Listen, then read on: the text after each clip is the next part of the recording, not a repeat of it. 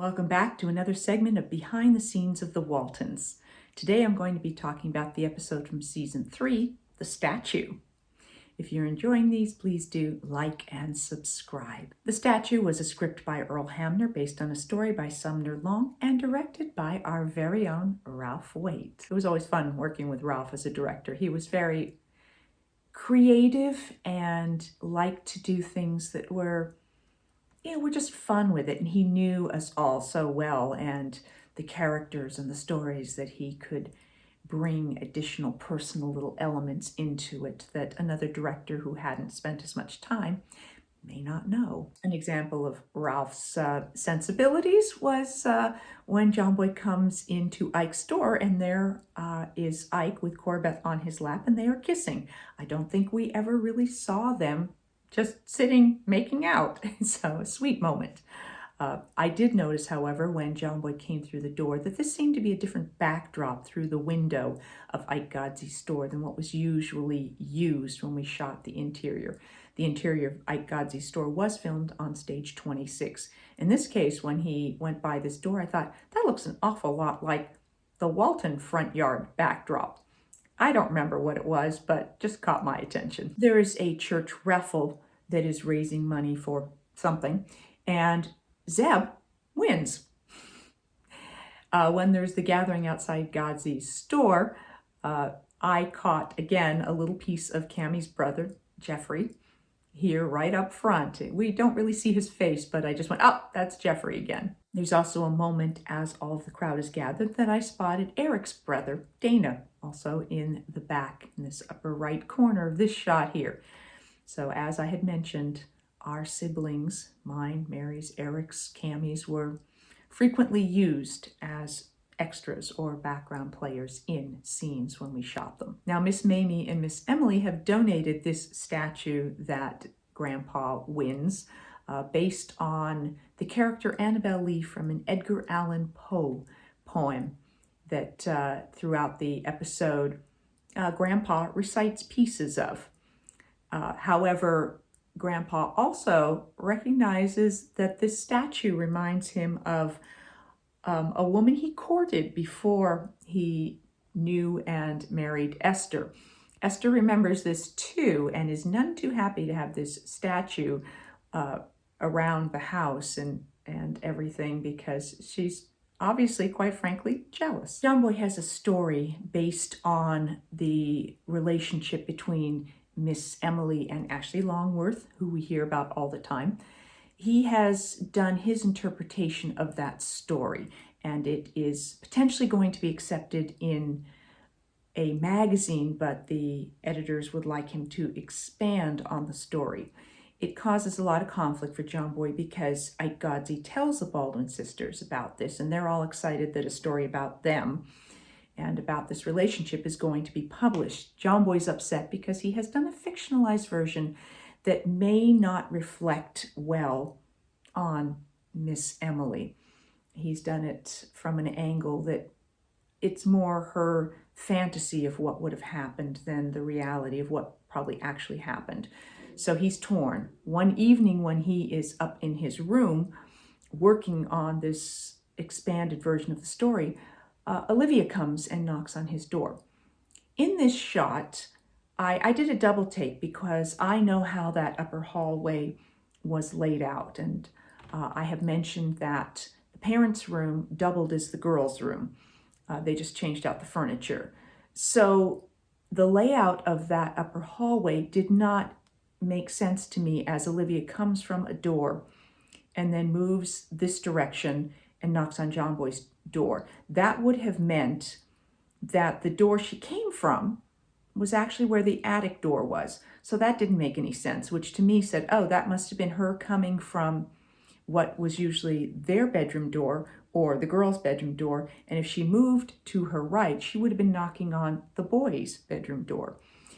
So just a case of them cheating what was going on and creating a different illusion for the purposes of the scene, but not the reality of what actually existed there. On this shot where John, Olivia, and Grandpa are out on the front porch and Grandma comes out, because you see the front yard and the statue and everything like that, I know it was shot on the back lot. The other thing that I can tell from this is you see Grandma come out of the living room, but what you see behind her should be, the stairs. You should be able to see up the stairs to the second story from the front door, because that was the layout there for real on where we saw the interior of the house. In this case, all you see is sort of a wall with a table and a lamp. That's not what you would have seen looking through the front door. But another case of cheating, because there wasn't really anything inside that door on the back lot besides sort of a wall and very little space right in there. Ralph was very good friends with Mary Jackson, who played Miss Emily in real life. I believe they had worked together over the years. We hear a lot about Ashley Longworth as Miss Emily's beau. We only occasionally hear about potential beaux that Miss Mamie had. In this case, she mentions an Octavius Fairweather. I don't remember this beau ever being mentioned any other time. I love the horrified look on John Boy's face when the Baldwin sisters offer to read John Boy's story before he sends it off to the publisher in order to make sure that it's all correct. As a writer myself, it can be challenging to deal with everybody else's opinion about what you should write, or what it should say, or how they would write it, or how they would correct it, or what you're missing. So I could really relate to John Boy's moment of, oh shoot, I really don't want or need this input, but what do I do? Oh no. Another creative staging of a scene that Ralph created here. We hear Grandpa snoring. All you see is this bed frame, and then you have Ellen and then Will pop up. Just a fascinating way to have staged this scene. I appreciated Ralph's vision on that. As I recall, this statue was not really made of heavy stone. It was, I believe, some sort of styrofoam type substance. So fascinating to me to watch Richard and Ralph and John struggle with the weight of moving this statue. The statue gets moved around a lot, and sometimes it seems to have been moved fairly easily, but in this case it looks very heavy. So I loved how they created the illusion of it being so heavy. The scene with the children, when Grandma is looking for Grandpa, I'm sure, again, this was a case of Ralph deciding that he would have the children playing ball. And then Grandma keeps trying to get their attention, keeps ending up with the ball. I'm sure Ellen loved shooting this. She was very physically adept herself. And I love how at the end of it, she just, without even looking, sort of tosses this ball, and it intercuts with it hitting Jason on the head.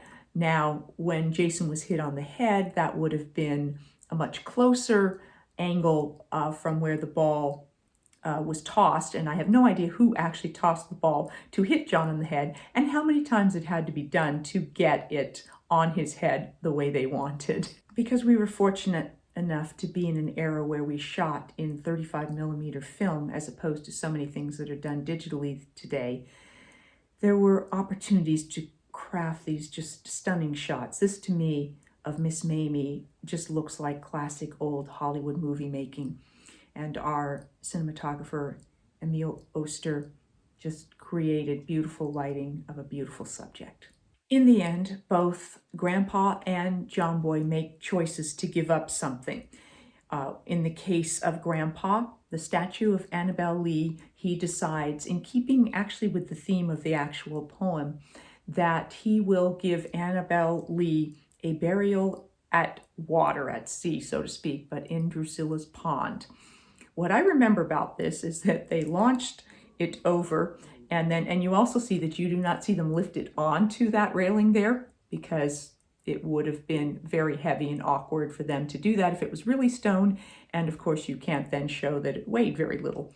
But when it went into the water, I seem to remember an outtake in our blooper reels, because it floated, because it was a light substance, so it did not sink. So that then cutaway of it actually sinking, or the water, I have no idea what they actually dropped in there to create that, but I remember the bloopers of it floating around on the surface.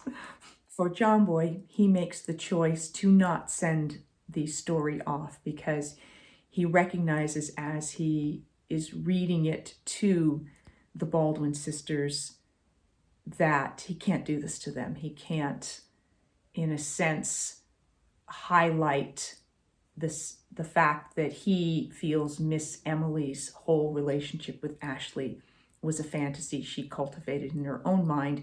He realizes that anyone reading this that knows them and knows the community, that it would be embarrassing, it would hurt her feelings, and he ultimately decides it is more important to him to spare her that because he cares so much about them, and so he gives up the opportunity to be published. However, as it says in the Goodnights, he later theoretically had a story published about the statue of Annabel Lee, and according to the Goodnights, has all of the family then upset with him because of the way they were reflected in that story.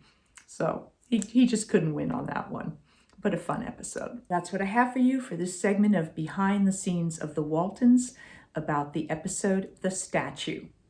I'll see you next time for more Behind the Scenes of the Waltons, and coming up will be more Ask Judy. Thanks for watching.